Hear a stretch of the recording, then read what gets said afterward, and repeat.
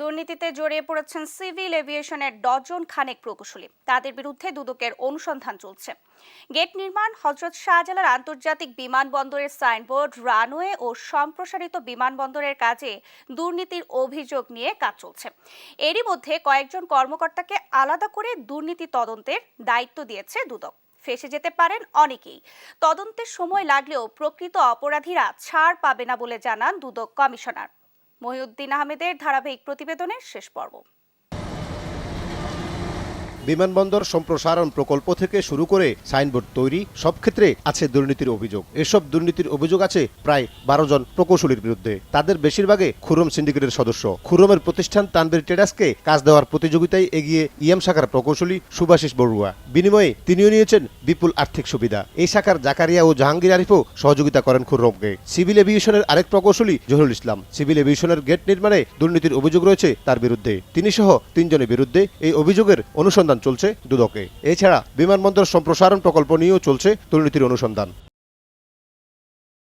প্রকৌশলী শাহিনের বিরুদ্ধে অভিযোগ, বিমানবন্দরের সাইনবোর্ডে চায়না লাইটের বদলে নিম্নমানের লাইট ব্যবহার করে বিপুল অঙ্কের অর্থ লুটপাট হয়েছে। অভিযোগ আছে ঠিকাদারি প্রতিষ্ঠান নিয়ন শাহিনের বিরুদ্ধেও। চট্টগ্রাম বিমানবন্দরে থাকা অবস্থায়ও তার বিরুদ্ধে দুর্নীতির অভিযোগ আছে দুদকে। অভিযুক্তরা অভিযোগের বিষয়ে কথা বলতে অস্বীকৃতি জানায়। তবে শাহিন তার বিরুদ্ধে ওঠা অভিযোগ অস্বীকার করেন। আমারও দিলে হবে না, ওটা তো আমার এক্সপেন্সিভ বলতে হবে। মানে এগ্রিমেন্ট গুলো হয় সার্কেলে, বুঝছেন? আচ্ছা, আমাদের যত কাজ হয় চুক্তিপত্রটা সার্কেলে থাকে। কি কি তথ্য চান ওটা একটু অফিসিয়ালি আমাদের দিয়ে দিতে হবে।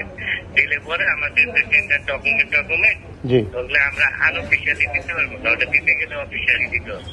নিজের বিরুদ্ধে দুদকের দুর্নীতির অনুসন্ধান চলমান থাকলেও সিভিল এভিয়েশনকে দুর্নীতিমুক্ত করার চেষ্টা করা হচ্ছে বলে জানান প্রধান প্রকৌশলী।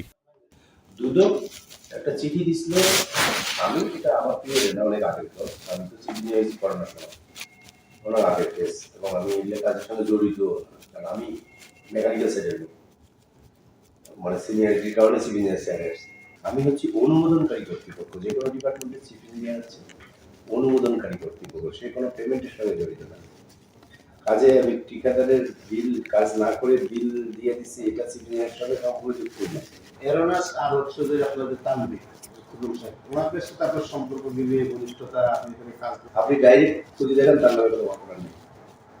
তাহলে এগুলো আপনার নামে মানুষ অপোজিশন গুলো কালার করতে পছন্দ করে, মিথ্যা কথা ছড়াই দিয়ে মানুষ নষ্ট করতে পছন্দ করে।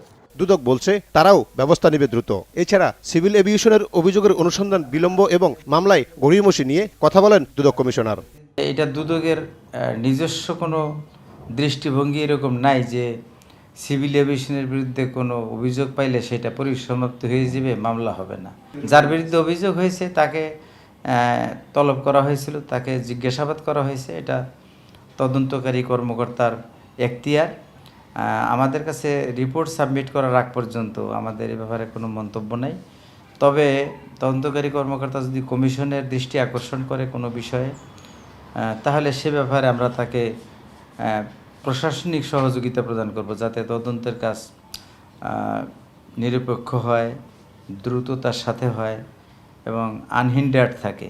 সিভিল এভিয়েশনের দুর্নীতি বন্ধে দুদক বাড়তি নজরদারি রাখছে বলেও জানান এই দুদক কর্মকর্তা। এবং আগামী দিনে যাতে কোনো মামলায় যেনতেন আকারে পরিসমাপ্তি না হয়, এটা ব্যাপারে আমরা নজরদারি। মহিউদ্দিন আহমেদ, দেশ টিভি, ঢাকা।